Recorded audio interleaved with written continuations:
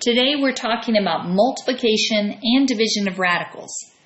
Notice that the instructions just say simplify. So what that means is after you have done your multiplication and division, you then want to make sure that you have written your answer in simplest radical form. I'm going to work a couple of these problems, not all of them, and I'm going to leave some of them for you to try and see if you have any questions. We're going to start with number 1. When we are multiplying, our main rule that we are going to follow is that we only multiply outside numbers, the coefficients, with outside numbers, and inside numbers with inside numbers. So in number 1, you'll notice there's an outside number of 5 on the first radical, but you don't see an outside number on the second. If there is a missing coefficient, it is a 1.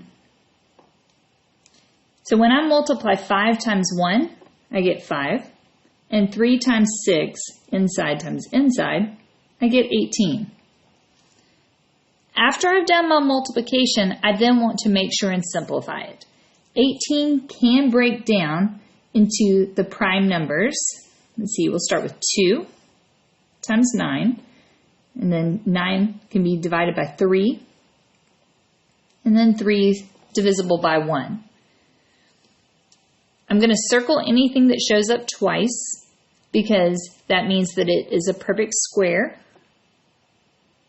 That number will come outside of the radical and multiply with any numbers that were already written on the outside. So 3 times 5 is 15 on the outside.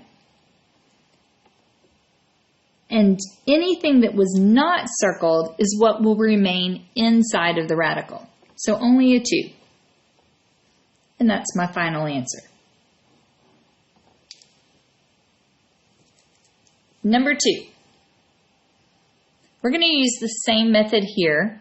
We have some negative numbers. So I want to remind you that when you're multiplying negative numbers, as long as you have the same sign, you're going to get a positive answer. And if you have opposite signs, you're going to get a negative answer.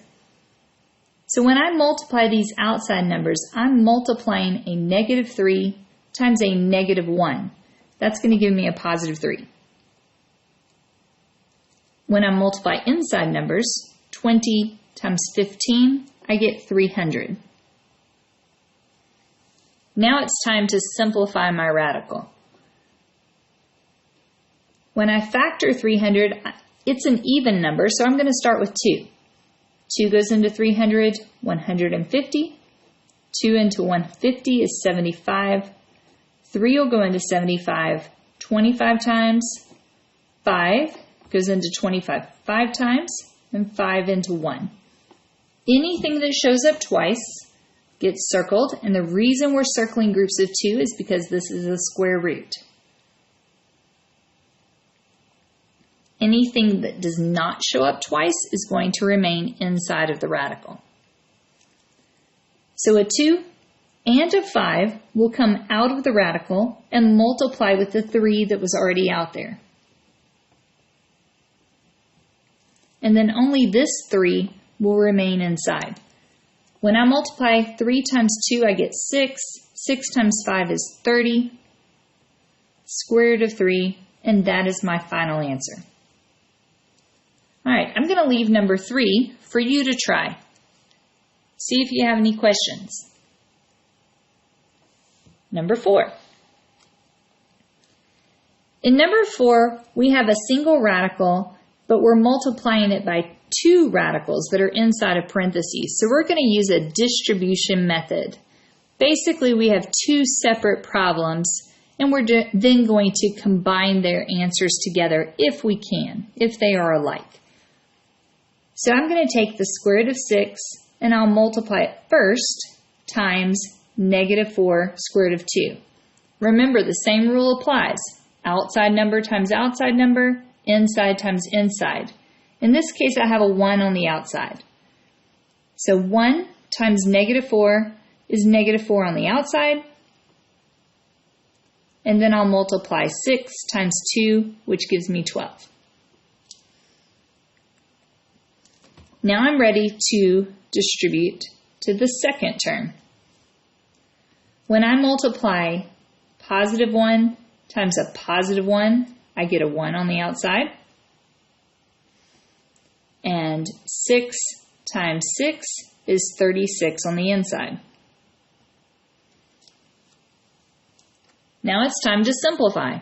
I'm going to break down the 12. 2 will go into 12 6 times, 2 into 6 3, and 3 into 3 1 time. Circle anything that shows up twice because we're trying to find perfect squares. So a 2 will come out. It's going to multiply with the negative 4 that was already out there, giving me a negative 8. And the only thing that's going to remain inside is this 3. Now I'm going to simplify the second radical. Hopefully you're noticing that square root of 36 is a perfect square. So this one's going to be easier. I don't have to do a prime factorization. The square root of 36 is 6.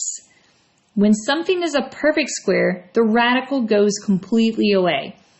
This 6 multiplies with the number that's in front of it. So 1 times 6 is 6, and I'm done. And this is my final answer. All right, I'm going to do number 5. It's the same type of problem, so we'll go through it a little bit faster.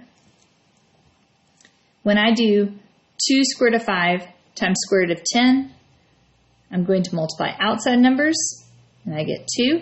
I multiply inside numbers, and I get 50. Now I'll distribute to the second term. You may look at this and say, oh no, the second term doesn't have a radical. That's okay. Whatever it does have is the part that I will multiply. So when I multiply outside numbers, I am going to multiply the 2 times the 2 because they're both outside. That gives me 4.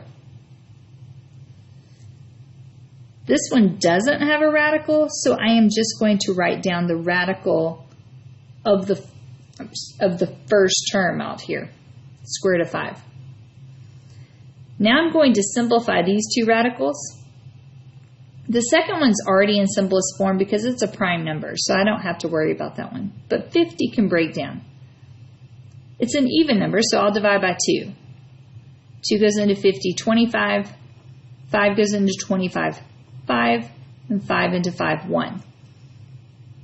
5 shows up twice, so a 5 gets to come out and multiply with the 2 that was already out here. That gives me a 10.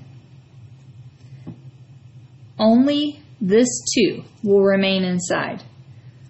Since I already established that this was in simplest form, I'm just going to bring that entire term down. And since these two radicals are not alike, I cannot combine them, and so this is my final answer. I'm going to leave number 6 for you to try.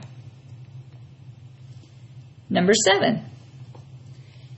One of the things that you need to remember with division, you are allowed to divide outside numbers with outside numbers, and you can divide inside numbers with inside numbers.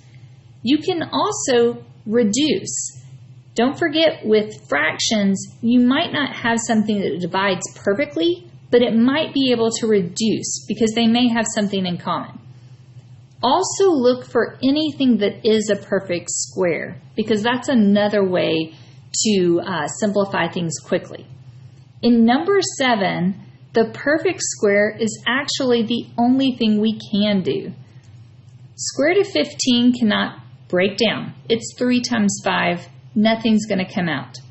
But square root of 4 is perfect. The square root of 4 is 2. And so I'm going to go ahead and solve that part. I can't do any more with this problem because 2 is an outside number, 15 is an inside number. They don't have anything in common. It is definitely in simplest form. On number 8.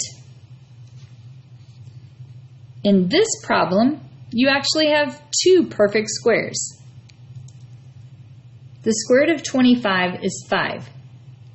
Now, when you have a coefficient in front of a radical, and that radical is perfect, the radical is going to go away, leaving just the answer, 5, and that 5 will multiply with the coefficient that was in front of it. The square root of 9 is 3. Now, you have an option here. Some people might want to go ahead and multiply this and get 15 and then divide it by 3. Some people may want to go ahead and cancel the 3's. You can do either one.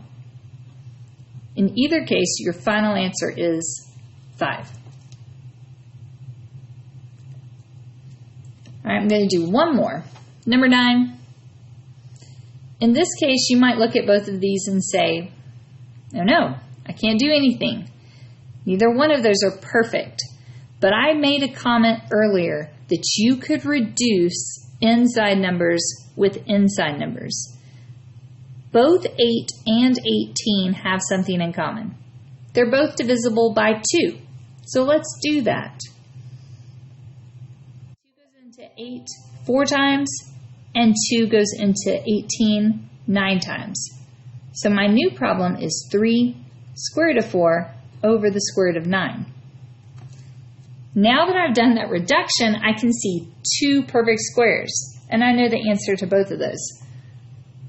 The square root of 4 is 2, and the square root of 9 is 3. And so once again, like the problem before, you have the option of doing 3 times 2 is 6, 6 divided by 3 is 2, or you might notice that I can go ahead and cancel both of these, and my final answer is 2. So I'm going to leave number 10 for you to try and see if you have any questions on that one.